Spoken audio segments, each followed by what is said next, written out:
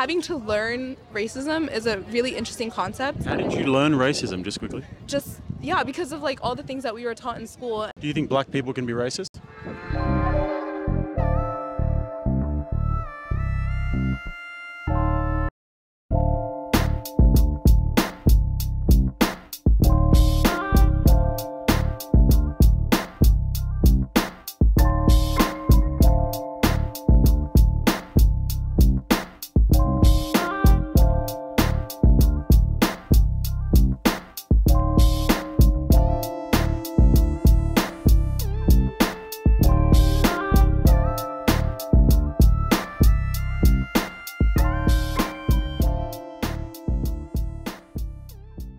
What is happening, guys? Jake from RattlesnakeTV, and today we are here at Santa Monica Pier, the amazing Santa Monica Pier, to ask a few very important questions, but very controversial questions to my American brethren.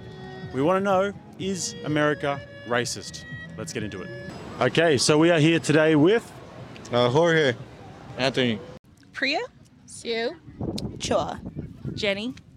Christina. I'll sit in the middle, girl, so I can just... I'll do that to you, because I love history. I won't sit on your lap. I'll get close though. Okay, so I've made some new friends going around. What are your names? Michelle. Alexa. Justine. Jerica. Jerica. What's her name? That's Alicia. And that's I'm over here. Now, we've been told that Jerica is the one who's a little bit crazy out of the group. So we're going to be focusing our attention primarily on Jerica, with the odd chime in over here. Do you think, first question, that America is a racist country? Racist country? I think you might see it every day, but yeah. Yep. What do you think? I think it really just depends on the place. Yeah. And what about LA? Do you think LA is racist? LA, yeah, it depends on the side, on the area. Yeah. And what's your background, guys? Like, where's your family from? We're from like Japan. Japan? Yeah. I've been there. I've spent a few... You don't look Japanese. Yeah.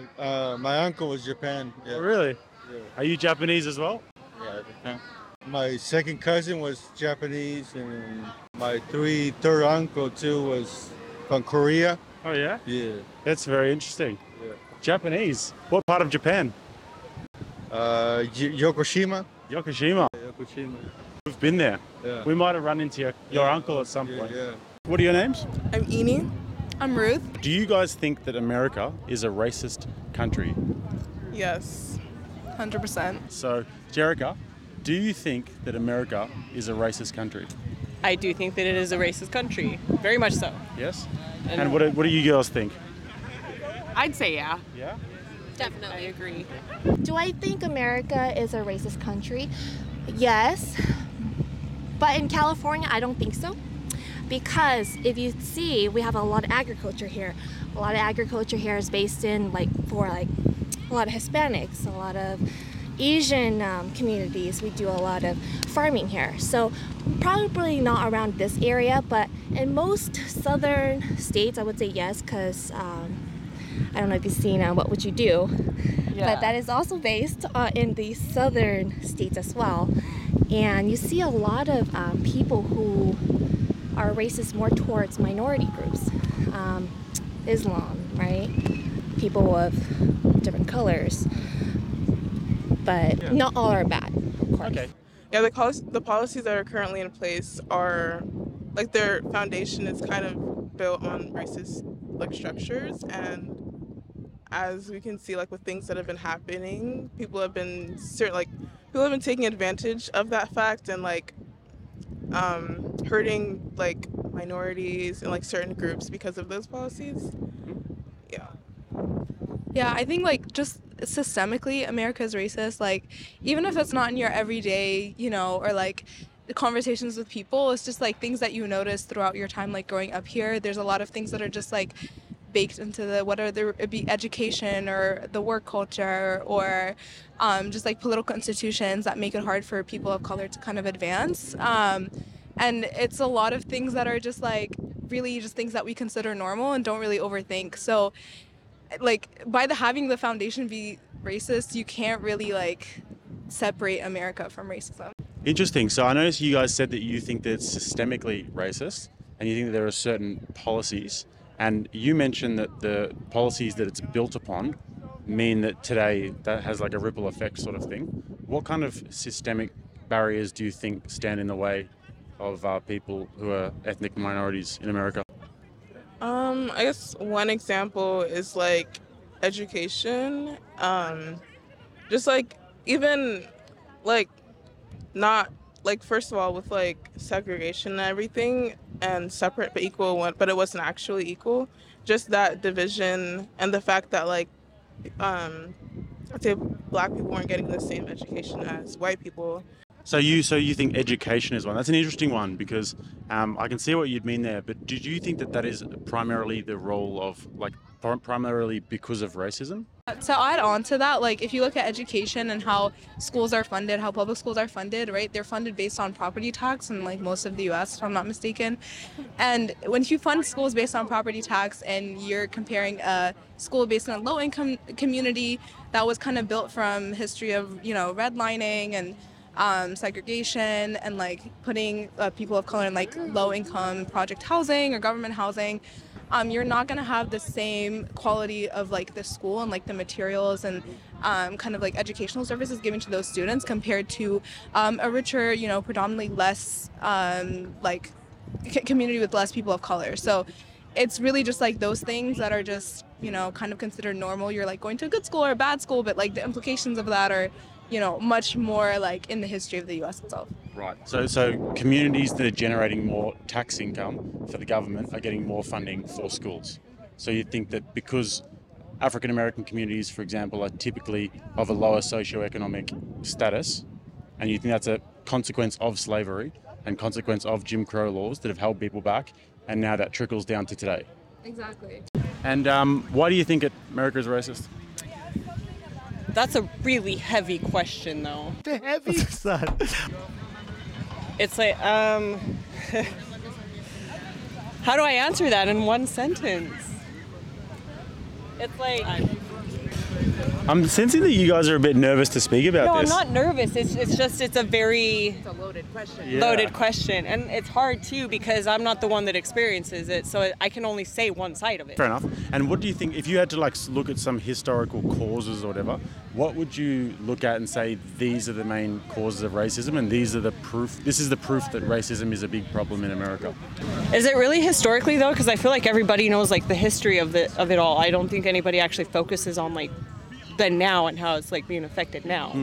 Yeah, that's true. And so do you guys think that you can say Oh, it? no. Okay, so to me, when I think about history and racism in the U.S., I think about our leaders, primarily how we're very stuck in this idea that the leaders in the U.S. need to be these rich, white, corporate men, right? Very rarely do you see anybody that is coming from a minority group in a high power making big decisions. And I think that has a huge effect, and it's just something that hasn't shifted much over our country's birth. Okay, that's interesting. And so you guys obviously had Barack Obama as a president for 8 years. Would you say that that speaks to a less racist country, or do you think that it's still there despite the fact that you guys elected him twice? That one's hard. I would say it was a big step forward, but since then there's been a lot of like pushback, like a lot of rollbacks on stuff that he did to move our country forward away from that. So, I mean, there was a moment where there was hope, and then everything kind of is slowly. So you're saying with evolving. the riots that happened a few years back and all that sort of thing, would you say that that was a step in the wrong direction? I would say yeah, maybe. Yeah. Would you say it's a step in the wrong direction? In some ways, I don't. That was weird because there was two different sides of it. There was one side that was really trying to prove a point. There was another side where people were just kind of getting in, and that's what caused the riots. Yeah. So you're saying that there were people there with good intentions who were actually had a good message, and then that was hijacked Yes. by people who had bad intentions and didn't really care, and they were the ones doing all the damage. Exactly. Yeah. I'd say it's a pretty good analysis. Would you say that America is the most racist country in the world? I haven't had like the experience. I couldn't say so. Like I can answer that question because I haven't. I've only lived in America. So I don't have any. Yeah, I don't know. I think like this manifests in different ways throughout the world, and like I just think America's racism is like specific to America, but it's also like I've been to Europe, and like the racism I experienced there was much more in your face, and like the racism that I experienced there, and like that was kind of insane. So it's like I don't know. You kind of have to like pick which battle you want to fight, I feel like. So I don't have an answer. Have you ever been to Asia? Ever been to China or any places like that? I haven't, but I assume it's like much less systemic just because they have less history with, like black people, for example. But So you guys mentioned, you made a really good point, by the way, about the systemic barriers that you guys face, or that African Americans tend to face because of history. When you look at a community, say in Appalachia, like a very, very poor white community, trailer park community, and then you look at a very, very poor African American community, what are the systemic differences between those two? I mean, I think it's just clearly race. Like the issues that they face, I mean, I'm not like belittling them or anything. They're definitely like a lot of issues. But they're also, like you said, poor black people also face the same issues, but this is compounded by racism. So there's like those barriers, but then if you live in a rural area, there's also the barriers of, getting out of that if that's not what you want to do. So I think they're like very specific, but it's also just kind of like racism in America is kind of like a blanket almost, and it's something that you can pretty much experience everywhere in the States to a certain extent. So I feel like if you're, like a white person coming from a poor community, you're going to have a much different experience on your, come up story than a black person coming from a poor community, just because you're always going to keep continuing to face the same struggles. So you think if we looked at two people, because obviously homelessness is a big problem in this city, black person and a white person, homeless, on drugs, whatever their sort of issues are in life, you think that the black person has a harder time than the white person? I think that's going to depend on like the context of like their lives, and like what they've been through. But if it was like a blank slate thing, like they're generally like facing the same issues, and the black person has to deal with racism. So it's like, I don't know. I have a hard time commenting on that, but it's going to really depend on the case. Yeah, I think if you viewed both of them at the same time, I feel like the views toward the black person, it'd be more negative, like, oh, for this reason they're homeless, and versus the white person. So I think it just, like Ruth said, it depends on like the context and stuff. You ladies are quite worldly. You know your history, you know the world a little bit better than some in these parts of the world. But would you say that comparatively, compared to other countries around the world, that America is particularly racist? No, I don't think so. Let's say I've seen a lot of videos on YouTube where an African American goes into China and they see someone of different skin colors, different hair, right?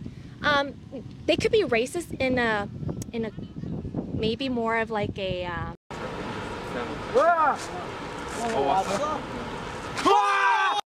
They're like very culturally homogenous in those places. Yes. And they've never seen people around there, so they're more like curious. Yeah, they're curious of like the color. I've been to these parts, and I'd say that they're the opposite of curious. They're very culturally insulated, and they don't really, if you're not Chinese or if you're not Japanese, if you're not Korean, then they tend to like not really want much to do with you. Yes. Would you say that that's like an example of racism? I feel like it is. So. I was born and raised in Ethiopia, and then I moved to the States when I was almost 8 years old, so I moved to the DC area. And I just have to say that like the racism is a very learned thing, right? Like coming from a homogeneous black country, like this is not something me and my parents were taught to expect, especially just because the history of Ethiopia, we're just not as familiar with like Western racism, and like having to learn from the history books about slavery and teaching my parents about that at the same time was kind of crazy. And then going back in time and thinking about like, oh, all these things that we faced when we were younger, when my parents first moved here, was because of racism, and my parents not realizing that is like having to learn racism is a really interesting concept. How did you learn racism, just quickly?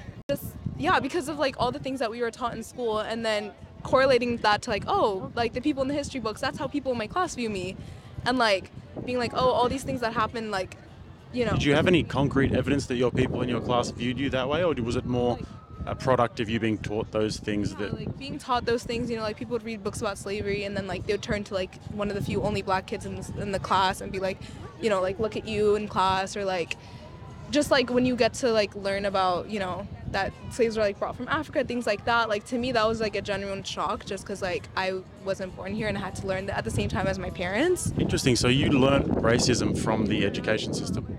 Yeah, I did, just because like just wasn't a thing that was really discussed. Beforehand, you never really experienced it. No, I did not. I mean, I couldn't experience it in Ethiopia, and my parents didn't either, like their whole lives. So it was just like. Do you think that there is, like, because I know that there's different, like, types of ethnic people in Ethiopia as well, and in Rwanda, for example, there was the Rwanda genocide. Would you consider those people racist as well because of the different conflicts, historical conflicts? No, I think there's like a difference between race and ethnicity, and that's not like, yeah. But it's also like, I mean, I was pretty young then, and it's not something that was commonly thought of, especially like just in my context, growing up in the capital, like, yeah. Okay, cool. Interesting. So you think that in terms of the African countries, the sort of discrimination that they showed based on different ethnicities is different to the discrimination? Yeah? For sure, for sure. Do you think black people can be racist? No, because the definition of racism is like systemic oppression. I think if you Google it, it's like oppression of people who are different than you. It's discrimination based on skin color. Yes, they might, like, I don't know. Yeah, there's a difference between like discrimination and racism. I don't think a black person can be racist to themselves. So you don't think that black people can be racist to white people? No. And do you guys think that, like, the fact that we can have this, because I mentioned, do you think that America is particularly racist? And I've traveled the world a lot, and there are very many different forms of racism and different race relations in different countries. Do you think that the fact that we can sit here and have this conversation speaks to a less racist country? I would say no. Yeah. I don't know how to. I don't think so. I think because, I mean, you could go over there and find somebody that's like, you know, complete opposite of how we're feeling. And you're also in California, and that's going to be a very different opinion than where any of us were actually born and raised, which was in Utah. Oh, you guys are all from Utah? Are you guys Mormons? No. Anymore.